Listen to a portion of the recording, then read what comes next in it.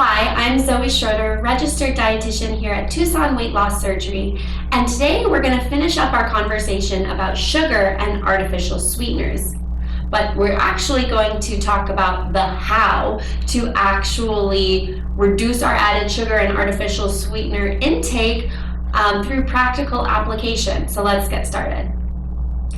If we think about where we mostly see added sugar, a lot of it comes from beverages. So if we can replace soda and other sugar sweetened beverages with non-sugar things, then that would be ideal. So let's look at some of these ideas. Fruit infused water is actually so exciting to drink because you can do so many different combinations and try different fruits and even vegetables in there, and it really does make it like a special treat. And you can look up different recipes online and try your favorite combinations. I really like the bubbly waters, or just, some carbonated water with a hint of flavor. They have them in many different brands, but the key there is to look for the 0 calories, no added sugar, no artificial sweeteners. It's just carbonated water. But if you're someone who likes soda for the carbonation and misses the carbonation, this is a really good option for you because it gives you that same satisfaction. All right, something else you can try are herbal teas. Not just plain herbal teas that you think about. There are actually a lot of really awesome specialty teas and all sorts of flavors that you can try. Try it drinking hot, or you could even drink it cold, and that just adds some extra flavor and excitement to just a normal cup of tea. And then if you're a coffee drinker, maybe venture out and try some different coffees, like from different countries that you don't usually try. Maybe you want to try a Colombian coffee, or you want to try a Peruvian coffee.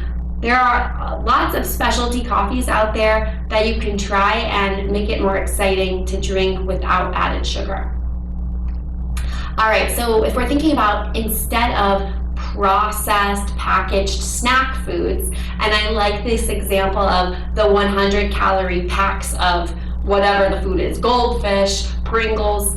There are all sorts of actually really great options that you can have of fruit or vegetables for 100 calories. That's way more satisfying and filling because it's bigger than a couple chips.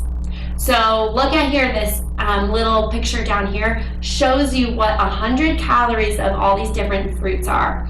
And if you think about it, over 100 blueberries is a lot. So that would take a lot of time to eat, and you would feel more full and satisfied from it. Not only because it's a higher volume, but you're also getting fiber and vitamins and minerals.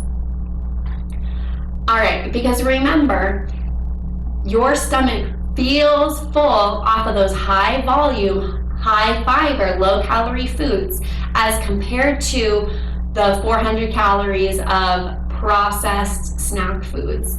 The reason why you are going to feel more likely to overeat or binge on those foods is because you don't feel satisfied from it.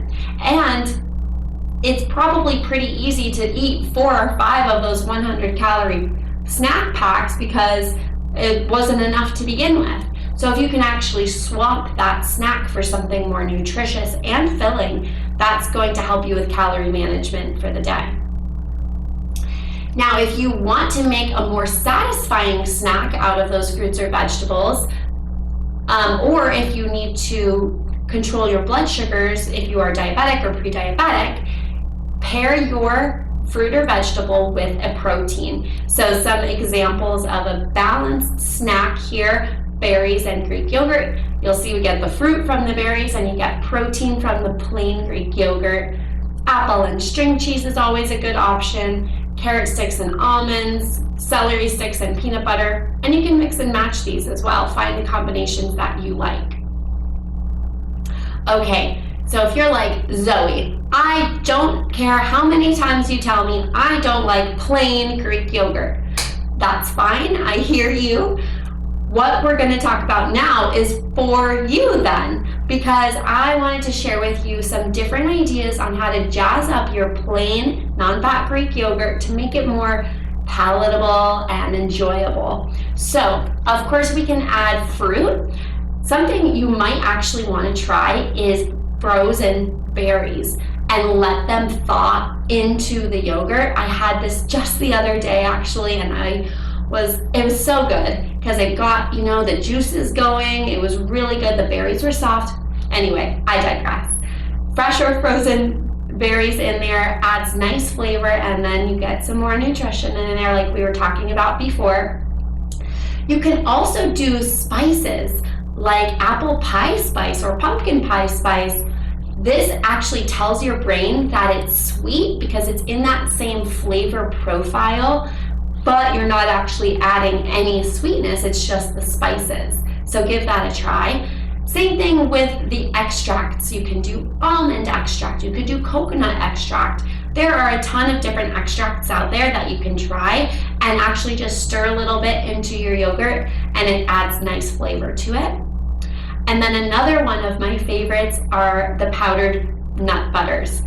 The peanut butter, almond butter, whatever kind of powdered nut butter you want is great because it's actually dehydrated peanut butter, and meaning that it's going to be very low in fat because it's taking out all of the fat and it's just leaving you with the flavor and the protein. So that's a really great option to stir into your Greek yogurt.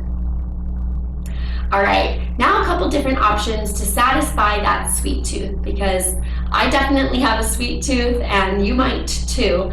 So how we can repurpose some of our good nutritious foods to look and feel and sound like dessert are always going to be a good way to satisfy your sweet tooth. So you could try frozen grapes. You can try frozen banana slices. Those are always nice too. They are very creamy. If you haven't heard of nice cream yet, absolutely give that a try. It's actually just frozen bananas or other frozen fruit blended up into a nice ice cream consistency. I actually have a couple of nice cream recipes on my Pinterest. It's Zoë Schroeder bariatric, and I'll have a link for you at the end of this video that you can go ahead and look at some really awesome nice cream recipes. Something else you can do is make a frozen yogurt bark. So you take the Greek yogurt, you spread it out, maybe you put some berries or you put some nuts on there, and then you freeze it, and then it turns into this nice bark and it looks like a really delicious dessert.